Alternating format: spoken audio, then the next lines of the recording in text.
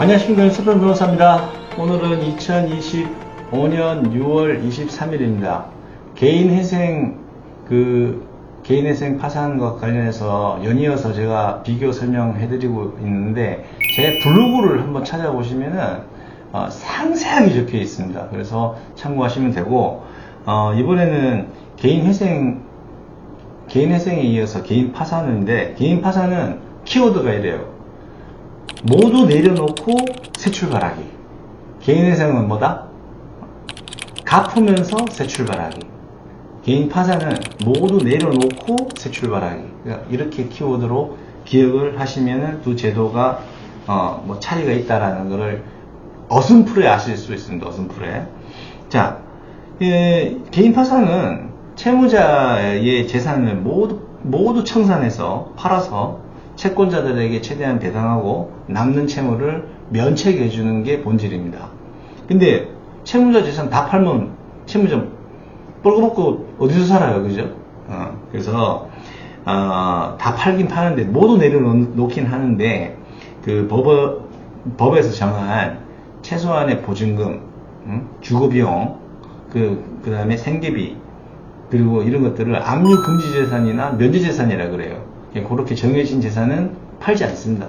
아무도 못 건드린 재산으로 개인 파산을 신청한 채무자의 재산으로 인정하죠. 왜냐하면 개인 파산도 모두 내려놓고 새 출발하기지만 의식주 문제가 있으니까 그거에 대한 최소한의 보장은 법적으로 해주고 있습니다.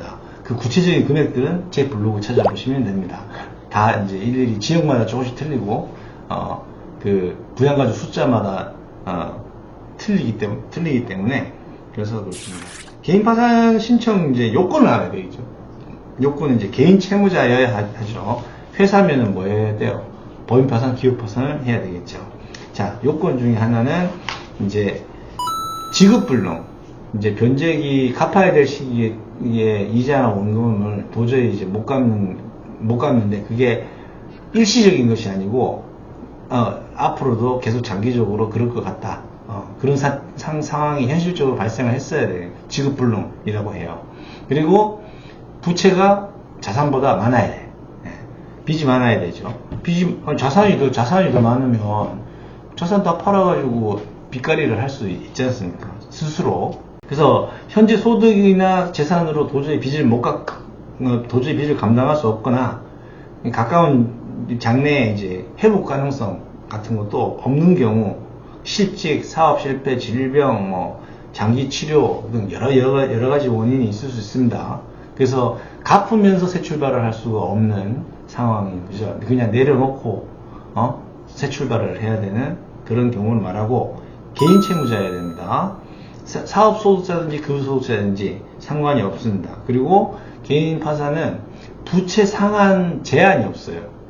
개인회생에서는 무담보 10억 원 이하인 채무자, 그 다음에 담보 15억 원 이하인 채무자, 이렇게 되어 있거든요.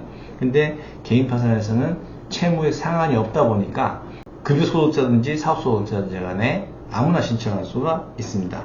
근데 이제 개인 파산을 신청할 때 이게 빚을 지게 된 경위가 악의적이거나 도박, 투기, 사회적으로 이게 용인해주기 어려운 그런 어떤 부정행위, 이런 것들로 발생하는 거라고 그러면은 면책 불허가가 되거나, 면책은 해주는데 그 해당 채권은 비면책, 그 해당 채권만 갚아라, 이렇게.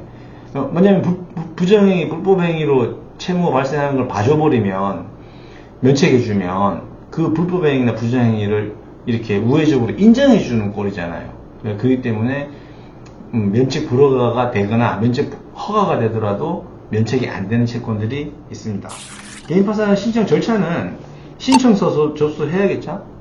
그죠? 그리고 심리해가지고 개인 파산 선고 내려야 되고, 그 다음에 자산이 있으면은 그거를 배당 변제해야 되고, 그 다음 다 끝나면 이제 면책 복권, 이렇게 4단계 또는 5단계 정도로 나눠져 있어요. 파산 선고는, 개인 파산 선고가 나면 파산 관제인이라는 사람이 선임돼가지고 내 재산과 부채에 대해서 이제 컨트롤을 해요. 근데 이제 파산 선고는 개인 파산 절차의 아주 전반부고, 이제 시작이 된 것이고, 면책 복권을 받아야지 끝나는 겁니다. 중요한 게 저 뒤에 있는 면책 복권이에요. 그러니까 이제 파산 신청서 접수해야 되겠죠. 그러면 파산 신청 접수할 때는 뭐 서류가 또 많아요. 개인회생하고 비슷해요. 그래서 본인의 기본 정보나 파산 원인, 재산 목록, 채권자 목록, 현재 생활 상황, 그 다음 소득에 관한 상황, 뭐 부채 증명서, 뭐 이런 것들 많이 첨부해가지고 해야 되니까 혼자서 하실 수도 있지만 보통은 변호사나 법무사에게 맡기기도 하죠. 맡기는 게 대부분입니다. 파산 선고 결정은 이제 파산 요건, 부채 초과, 지급 불능, 지급 정지, 요 요건 있나 없나 하는 건데, 신청하고 나서 보통 3개월에서 6개월 정도 걸립니다. 파산 선고까지. 왜? 법원마다 업무 처리 속도가 틀리고 사건 건수가 다르기 때문에 변동이 있는 것 같습니다. 자, 그 다음에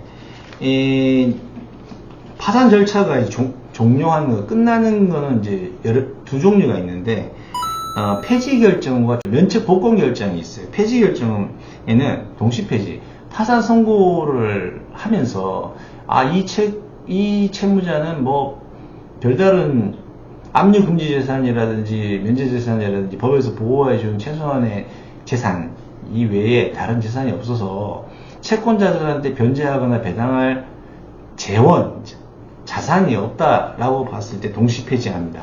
파산 선고와 동시에 그냥 파산 절차를 종료시켜버리는 걸 동시 폐지라고 하는데, 실무상 좀 드뭅니다.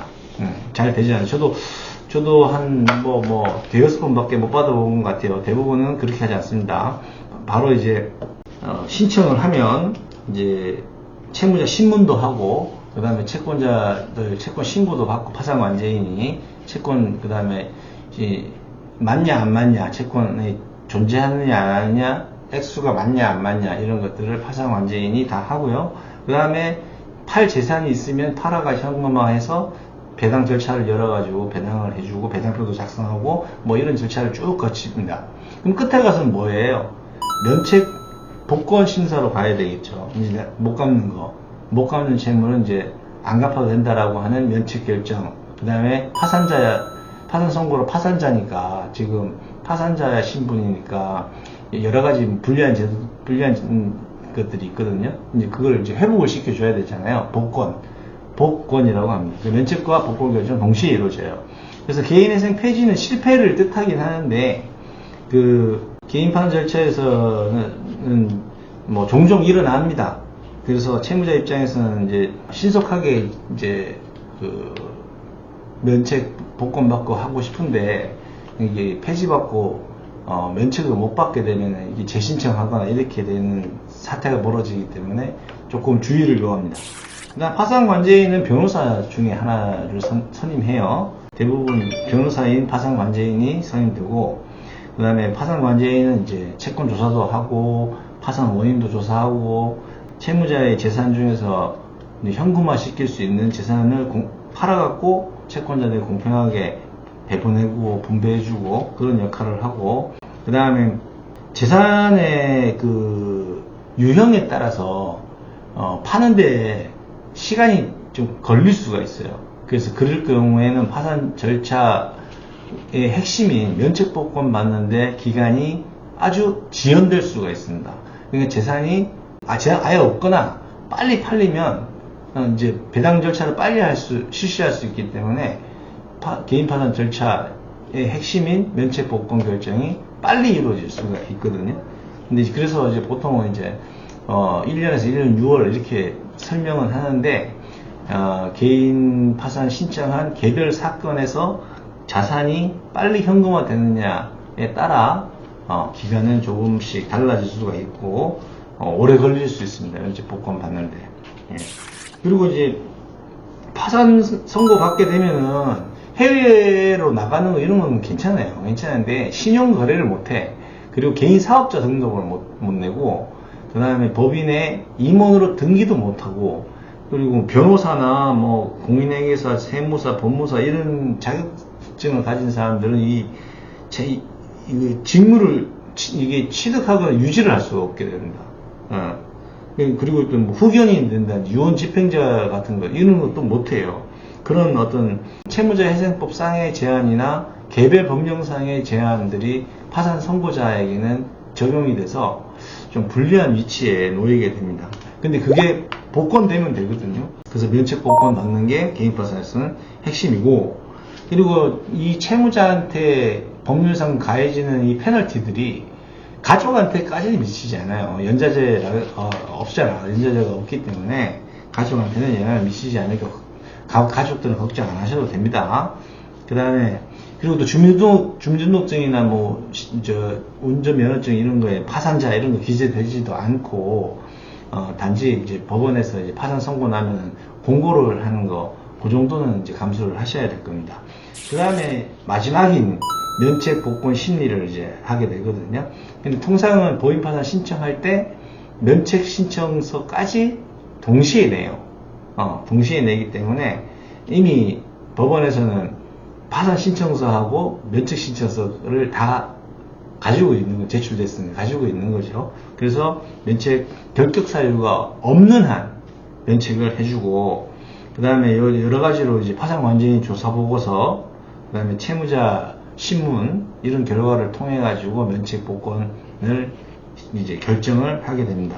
근데 면책이 안 되는 경우들이 있습니다. 재산을 숨기거나 부당하게 헐값의 재산을 저가에 팔거나, 그 다음에 채무를 허위로 불리거나 사치 도박 뭐 이런 걸로 부채가 늘어났다거나, 그 다음에 신용카드로 막 긁어가지고 부채를 늘렸다거나, 그 다음에 일부 채권자한테만 변제하고 일부 채권자한테만 담보 제공한다든지, 그 다음에 개인 파산 절차하면서 서류를 많이 내야 되잖아요. 서류를 허위로 내거나 부실하게 내거나 안 내거나 이런 것들. 그리고 이제 파산 직전 1년 이내에 이제 아무 문제 없는 것처럼 신용카드로 물건 무지하게 사들여가지고 새로운 채무를 발생시킨 경우, 이런 거 다 면책 불허가 사유입니다. 그리고 개인 파산 면책을 받은 지 7년 이내 재신청, 개인회생 면책 받은 지 5년 이내 재신청한 거, 이런 것들 면책 불허갑니다. 다만 면책 불허가 사유가 있다 하더라도 잘 이제 사안을 좀 봐가지고 재량 면책이라는 게 있거든요. 조문상으로는 면책 불허를 해줘야 되는 게 맞지만 채무자의 사정을 종합적으로 고려해 보니까 면책 시켜줘도 좋겠다라고 하는 법원의 재량 면책 제도라는 게 있으니까 이런 제도도 한번 고려를 해 보셔야 됩니다. 자, 그 다음에 면책 불허가 하고 구별돼야 될 게 뭐냐면 면책 신청 기각이라는 게 있거든요. 이게 뭐냐면은 파산 선고 기각되는데도 면책 신청을 해놓는 경우가 이제 신청서 허위가 있다는, 절차 비용 안 낸다든지 이런 경우는 이 불허가가 아니라 파산 신청 기각이거든요. 예, 그래서 그거는 이제 면책 심의 단계까지 못 가요. 그런 경우에는. 그래서 구별을 좀 해야 되고, 그다음에 면책 결정과 복권은 이제 기존에 이제 파산 선고 받고 채권자 목록상 시부인 인정 부정 채권 확정하고 재산 팔아가지고 배당 변제하고 뭐 이런 것들이 다 끝나고 나면은 이제 면책 결정 복권 결정을 하게 되는데, 남아있는 모든 채무에 대해서 변제 책임을 면제한다, 이렇게 선언하는 거예요. 법원이 선언해 주는 겁니다. 그래서 파산 절차에서 배당 또는 변제되고 남은 나머지 채무는 안 갚아도 됩니다. 그리고 복권은 파산 선고로 인해서 제한되어 있던 파산자로서의 불이익을 받고 있었잖아요. 이제 그런 것들이 모두 해소가 됩니다.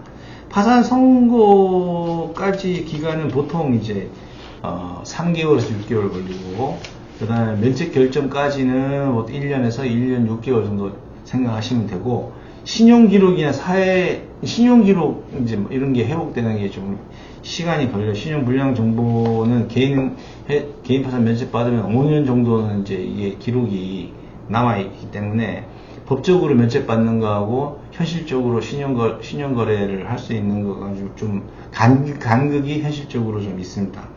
끝으로 개인 회생은 뭐라고 그랬어요?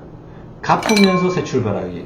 개인 파산은 다 몽땅 내려놓고 새 출발하기라고 했잖아요. 그래서 개인 회생은 변제형, 노력형, 갱생형, 그런 제도이고, 개인 파산은 이거는 이제 모두 탕감해 주는 거기 때문에 청산형 제도다. 이렇게 뭐 법적으로는 말을 하고 있습니다. 아무튼 이 개인회생 개인 파산은 법원에다가 재판을 신청하는 공적 채무 구조 조정 제도입니다. 그래서 요건에 부합해야 되고 절차에 성실하게 임하는 태도가 제일 중요해요. 그리고 이제 변호사를 선임한다 그러면은 이제 좀 소통이 잘 되는 그런 변호사를 선임해서 정말 되게 억눌려 있던 그런 채무 많은 상태에서 벗어나서 새 출발할 수 있는 기회를 제공하는 제도인데, 두 가지가 차이가 많이 나요. 많이 나기 때문에 어느 정도 차이가 있다는 점에 대해서 인식하고 도전을 하시면 새 출발하시는데 도움이 되실 겁니다. 여기까지 시청해주셔서 감사드리고 구독과 좋아요 많이 눌러주시기 바랍니다. 감사합니다.